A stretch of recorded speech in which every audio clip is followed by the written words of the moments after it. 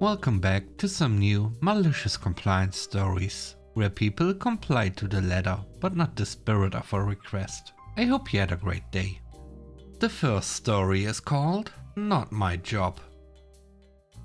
I got turned down for a promotion recently. I was told that I get distracted too easily and don't focus on my job. I was told that I need to work as directed. For context, I have been doing my boss's work for him. When things at work get backed up, I will jump in to get things back in order quickly. My job has fairly specific jobs where we aren't supposed to change positions and we are to work as directed. I have gone to help out those outside of my job repeatedly since being hired. My direct supervisor and manager love it when I go to help out. Well, that all stopped now. I even had the big boss try to tell me to help out in a section that was outside my job description. My new catchphrase is, not my job. I had the bosses tell me that I am to do as instructed. I instead go to the union and get paid extra to work in a different section. This has been the new trend for the past couple of months. And today it all hit a head. They have only one person in receiving for a 4-man crew. I work outbound. They cannot force me to work receiving based on the contract.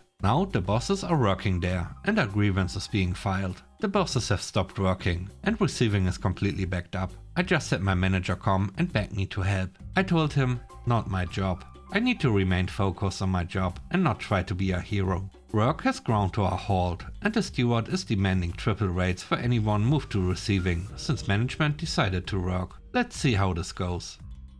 The next story is called Cover the Front. I'm a staff accountant having worked at the same CPA firm for 9 years. I've had several co-workers over the years and by this point I am the most senior aside from the CPA who owns the firm. I love my boss. He pays well, no dress code, doesn't clock watch and doesn't micromanage. I produce great work for him and he leaves me alone. It could not be more perfect. I do payroll for about 8 clients as well as hours, books for about 12 others, preparation of the books for tax returns, as well as work on partnership and corporation returns. I'm basically the business package really. Of the 5 staff accountants my boss employs, I'm the only one who knows payroll. My boss doesn't know how to do payroll, which is not uncommon. Quite a few CPAs out there don't know it. And my coworkers have no interest in learning it. I don't blame them. I often moan because my clients are really bad about sending correct hours the first time around, resulting in having to redo everything from the pay stubs to payroll taxes. It's awful sometimes, but it's also job security. We recently merged with another CPA firm. My boss ensured that we still only report to him as it's an equal partnership. I don't quite know the workings, and frankly I don't care, as long as I only report to my same boss. Our office went from 7 people, 1 CPA, 5 staff accountants and 1 receptionist to 18 people. 2 managing CPAs, 3 people who freshly got their CPA, 11 staff accountants and 2 receptionists. The other CPA firm was using a third-party payroll service for their payroll, because it's just not a thing anyone knew there. My boss asked me if I was fine taking on additional employees and hours, which I told him I was, since we get paid monthly. The managing CPAs will be managers from here on out. The other CPA firm we merged with made it pretty clear that they didn't like us. I presume it's because their boss was a complete jerk. He was the very opposite of my boss. Dress code was always semi-formal, and he was just always on someone about something that was wrong. Me having been there the longest, I was highest on the weird office hate thing. It got to the point where I got them trying to snoop on my computer a few times. My boss just said to start locking my office when I leave now, so that's what I do now. The other manager had a rule that if the receptionists are out, one of the staff accountants needs to cover the front desk. My boss had no issue with that, as that was our rule as well. Luck would have it, both of our receptionists had called out one day. The other manager asked me to cover downstairs for the day. I told him no, because I am working on payroll all day, and that is sensitive information. I didn't say it was our payroll, but our payroll was on my to-do list. He said he didn't care and told me to get downstairs. I had called my manager and he had asked me to just please cover and that he would talk to the other manager. The other manager had a big old smirk on his face. I reluctantly went downstairs in an annoyed sour mood, but then a brilliant idea popped up. I'll work on our payroll downstairs. So I started working on our payroll and got all the stubs processed and ready for direct deposit.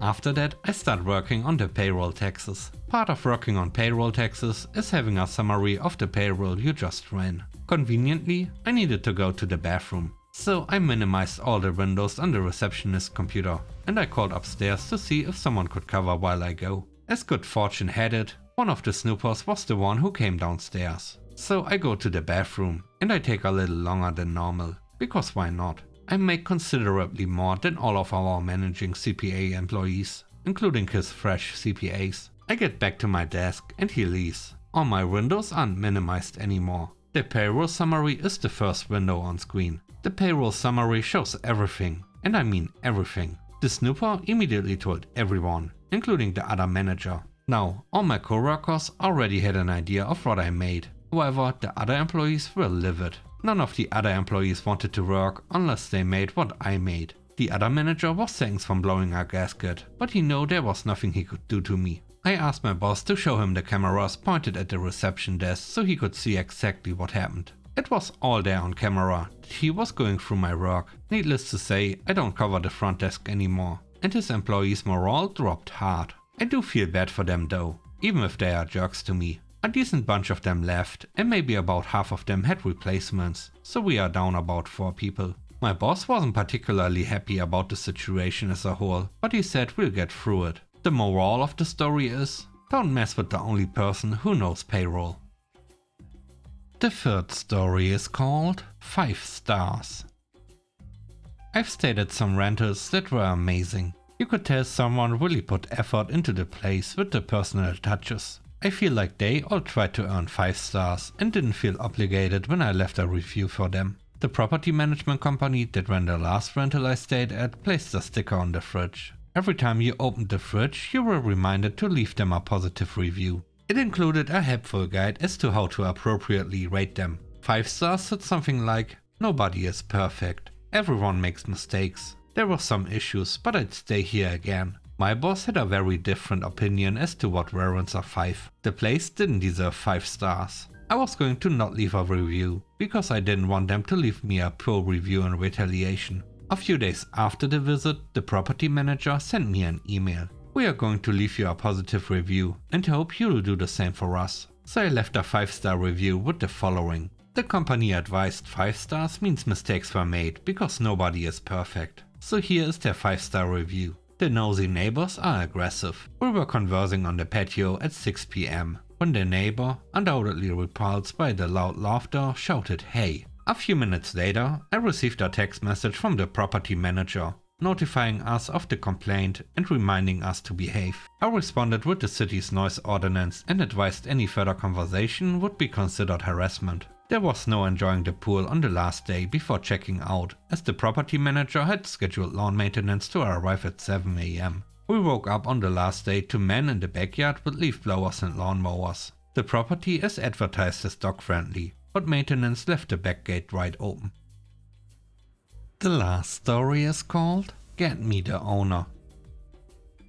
I was at a sports bar watching UFC fights on a Saturday afternoon. It was pretty dead until around 5 when the early dinner crowd started arriving. One family came in and asked the waitress if they could switch the large projector screen from the fights. She came over and asked me, and I said it was fine as long as they put the fights on another TV. The family had the main TV switched to ESPN, which had one of the special documentaries on at the time rather than live sports. Then the family asked if they could switch the smaller TV that I had just switched to the fights. The waitress said no, since they had already requested another TV. The family was annoyed and asked for the manager. When the manager got to their table, the father demanded that the fights be changed so their son, who was probably around 8, couldn't see the fights since they were violent and not family friendly. The manager tried to calm the family by moving the fights to a TV behind their son, which I would have been fine with. However, the father demanded that the fights couldn't be on any TV as long as the family was at the sports bar.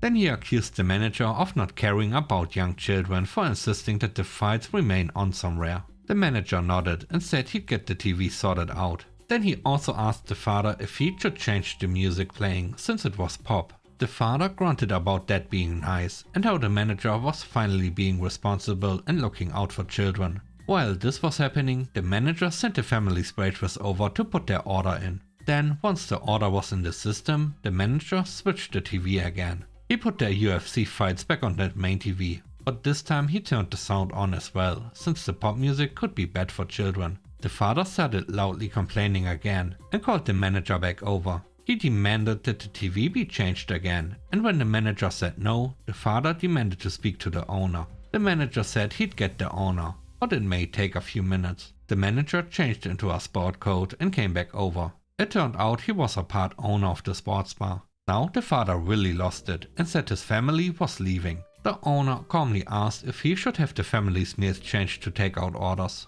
The father said they were leaving and wouldn't pay for the food the family had ordered. The owner said the family had to pay for their meals since they were already being cooked. The father continued arguing until the owner threatened to call the cops if they left without paying. The family ended up paying, but left when their food came several minutes later. Until they left, the father made the son sit there with his eyes closed and ears covered, so he wasn't exposed to the fight. I laughed very hard once the family left. Thanks for watching the video. I hope you enjoyed it. If you did, please don't forget to leave a like, comment and subscribe. And if you have time, watch another one of my videos. And now, I hope you have a great day. Stay safe. Bye bye.